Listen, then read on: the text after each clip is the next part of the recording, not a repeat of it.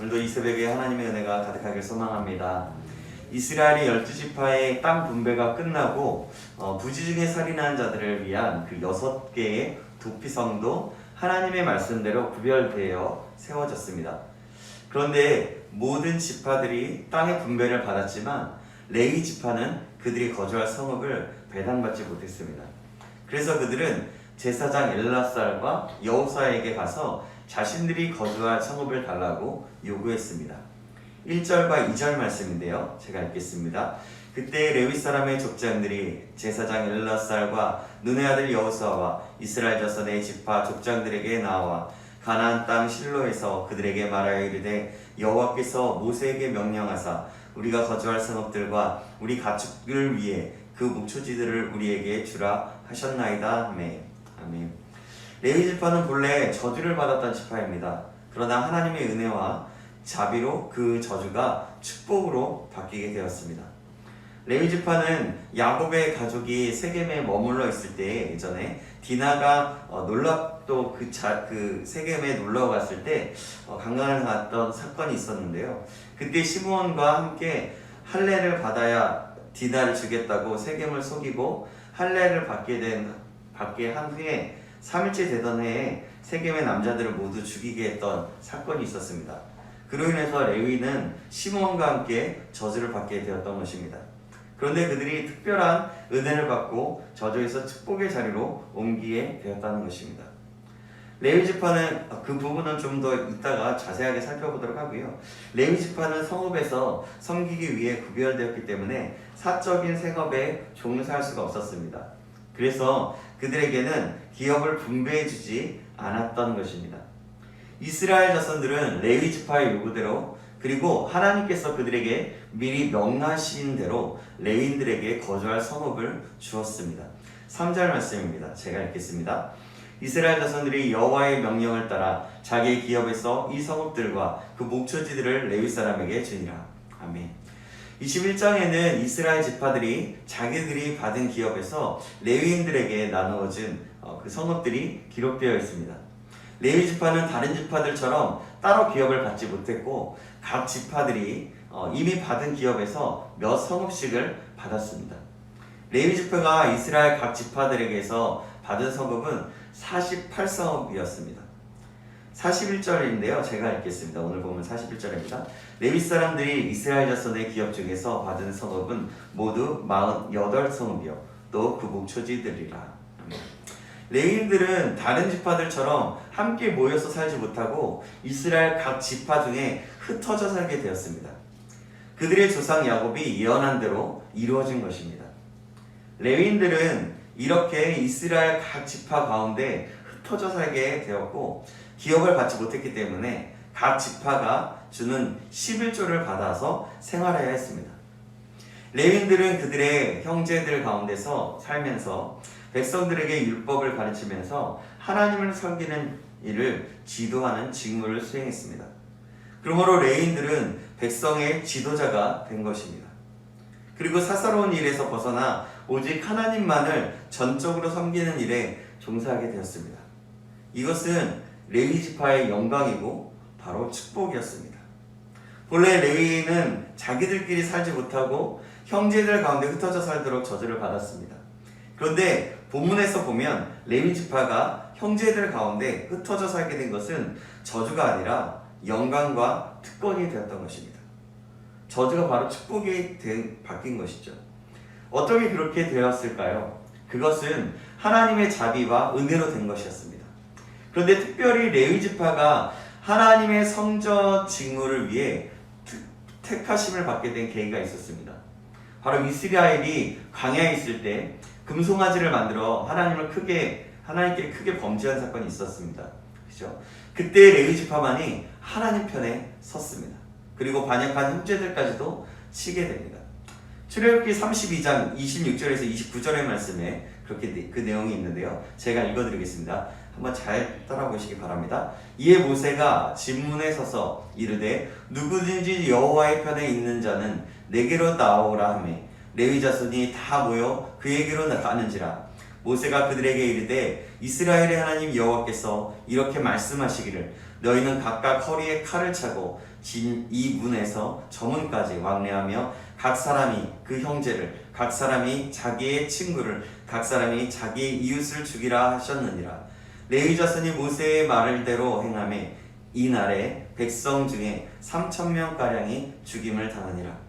모세가 이르되 각 사람이 자기의 아들과 자기 형제를 쳤으니 오늘 여호와께 헌신하게 되었느니라. 그가 오늘 너희에게 복을 내리시리라. 아멘. 이 사건으로 미뤄볼 때 레위 사람들은 이스라엘 자손들 중에서 특별히 하나님을 온전히 섬기었음을 알 수 있습니다. 하나님께서는 이러한 레위 지파를 택하셔서 온전히 하나님을 섬기는 일에 전념하게 하셨던 것입니다. 레위인들은 거룩하게 구별되어서 성막의 직무를 감당했고 또 이스라엘 자손들 가운데서 거주하면서 백성들에게 하나님의 율법을 가르치는 지도자들이 되었습니다. 처음에 그들이 받았던 저주가 축복으로 바뀌었던 것입니다. 이런 레위의 역사를 통해 우리는 하나님의 말씀은 반드시 이루어진다는 것과 하나님을 사랑하는 자들에게는 모든 것이 협력하여 선을 이루게 된다는 사실을 분명히 확인할 수 있습니다. 이스라엘 자손들은 하나님께서 명령하신 대로 자기들이 받은 기업에서 레위인들을 위한 성읍을 내어주었습니다. 그 중에서도 가장 먼저 성읍을 내준 지파는 유다 지파였고, 유다 지파 중에서 특히 갈렙이 헤브론을 아론 자손에게 주었습니다. 오늘 본문 10절에서 12절 말씀입니다. 제가 읽겠습니다. 레위 자손 중 그앗 자손 가족들에 속한 아론 자손이 첫째로 제비 뽑혔으므로 아낙의 아버지 아르바의 성읍 유다 산지 기럇 아르바 곧 헤브론과 그 주위의 목초지를 그들에게 주었고 그 성읍의 밭과 그 촌락들은 여분네의 아들 갈렙에게 주어 소유가 되게 하였더라. 아멘. 여러분, 헤브론을 아시죠? 헤브론은 갈렙이 목숨을 걸고 싸워서 얻은 땅이었습니다. 갈렙은 여호수아에게 하나님의 약속의 말씀을 굳게 붙들고 그 산지를 자신에게 달라고 요구했습니다. 헤브론에 살던 그 아낙 자손들은 골리앗과 같은 거인들이었습니다. 그러나 갈렙은 그 땅을 주시겠다고 약속하신 하나님의 말씀을 굳게 믿었습니다. 그리고 헤브론 산지로 가서 아낙 자손들과 싸워 그들을 몰아내고 그 땅을 자신의 기업으로 삼았습니다. 그러므로 헤브론은 갈렙에게 너무나도 특별하고 애착이 가는 곳이었습니다. 그럼에도 불구하고 갈렙은 조금도 불평하거나 아까워하지 않고 그 성읍을 아론 자손에게 내어주었습니다. 이 사실을 통해 우리는 갈렙의 성숙한 믿음과 인격을 엿볼 수 있습니다. 갈렙이 레위인들에게 성읍을 내줄 첫 번째 인물로 뽑힌 것도 그가 감당할 만한 믿음을 가졌기 때문이었습니다. 뿐만 아니라 갈렙은 대제사장을 위해 자신의 성읍을 내어드리는 영광을 누리게 되었던 것입니다. 하나님께서 갈렙의 그 믿음을 인정하셨던 것이죠. 갈렙이 헤브론 성을 아론에게 내어주었지만 그 성읍에 딸린 밭과 촌락들은 갈렙의 소유가 되었습니다. 레위인들에게는 거주할 성읍과 가축의 목초지만 필요했지 기업은 필요하지 않았기 때문이었습니다. 갈렙은 대제사장 아론을 위해 자신의 성읍을 내어드렸고 아론 곁에서 그를 섬겼습니다. 하나님께서는 자신의 목숨을 걸고 얻은 성읍을 선뜻 대제사장에게서 내어주고 또 옆에서 그를 보살핀 보필한 그 갈렙을 인정하시고 축복해 주셨습니다. 그래서 이스라엘의 첫 번째 사사는 갈렙에게서 나왔습니다. 이스라엘의 첫 번째 사사인 온니엘은 바로 갈렙의 사위였던 것입니다. 사랑하는 여러분, 우리가 주님을 위해서 헌신하면 자신을 포기할 때 하나님께서는 우리에게 최고의 것으로 채워주십니다. 아브라함이 또 하나님의 말씀을 따라 그의 고향 친척 아비집을 떠났을 때 하나님께서는 그를 믿음의 조상으로 만들어 주셨습니다. 우리 모두가 이 사실을 기억하시기를 주님의 이름으로 축복합니다. 우리가 주님을 위해서 헌신하고 자신을 포기할 때 바로 하나님께서는 더 많은 것으로 축복해 주시고 인도해 주신다는 것입니다. 가나안 전복 전쟁이 끝나고 기업을 나누는 일도 마쳐졌습니다. 그리고 성경은 하나님께서 안식을 주셨다고 말씀하고 있습니다. 오늘 본문 44절 말씀인데요. 제가 읽겠습니다. 여호와께서 그들의 주위에 안식을 주셨을 때 그 조상들에게 맹세하신 대로 하였으므로 그들의 모든 원수들 중에 그들과 맞선 자가 하나도 없었으니 이는 여호와께서 그들의 모든 원수들을 그들의 손에 넘겨주셨음이니라. 아멘. 그동안 많은 연단과 전쟁이 있었습니다. 광야에서의 40년과 7년의 전쟁을 생각해 보면 우리가 알 수 있습니다. 그들에게는 먹을 것도 없었고요. 아무런 능력도 아무런 힘도 무기도 가지고 있지 않았습니다. 그러나 그들은 광야에서 하나님께서 훈련케 하심으로 하나님을 온전히 의지하는 법을 배웠습니다. 그리고 하나님을 온전히 따르게 되었던 것입니다. 그렇기 때문에 하나님은 그들에게 승리와 안식을 주셨습니다. 하나님께서 그렇게 인도하셨던 것입니다. 그리고 하나님께서는 모든 약속을 말씀대로 이루게 하셨습니다. 45절 말씀입니다. 제가 읽겠습니다. 여호와께서 이스라엘 족속에게 말씀하신 선한 말씀이 하나도 남음이 없이 다 응하였더라. 아멘.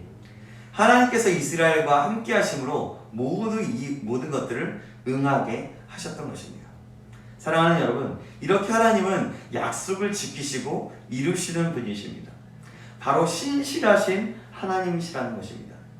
오늘도 이 사실을 기억함으로 하나님만을 온전히 붙들고 살아가는 저와 여러분 되시길 주님의 이름으로 축복합니다. 그래서 레위 지파에게 임하였던 축복, 또 하나님께서 그 이스라엘에게 평안과 승리를 주셨던 그 승리와 그 평안을 우리도 함께 누릴 수 있게 되기를 주님의 이름으로 축복합니다. 기도하겠습니다. 하나님 아버지 감사합니다. 오늘 레위 지파가 받은 성읍들을 보면서 하나님의 선하신 자비와 은혜를 보게 됩니다. 원래 저주 아래에 있었던 레위 지파를 하나님의 특별한 일을 맡아 이스라엘을 섬기게 하신 하나님, 그렇게 협력하여 선을 이루어 나가시는 하나님, 하나님은 그러실 뿐만이 아니라 신실하셔서 모든 약속을 지키시는 하나님이십니다. 우리가 날마다 이 은혜와 신실하심을 기억함으로 믿음으로 살아갈 수 있도록 인도하여 주시옵소서. 살아계신 예수 그리스도의 이름으로 기도하옵나이다. 아멘.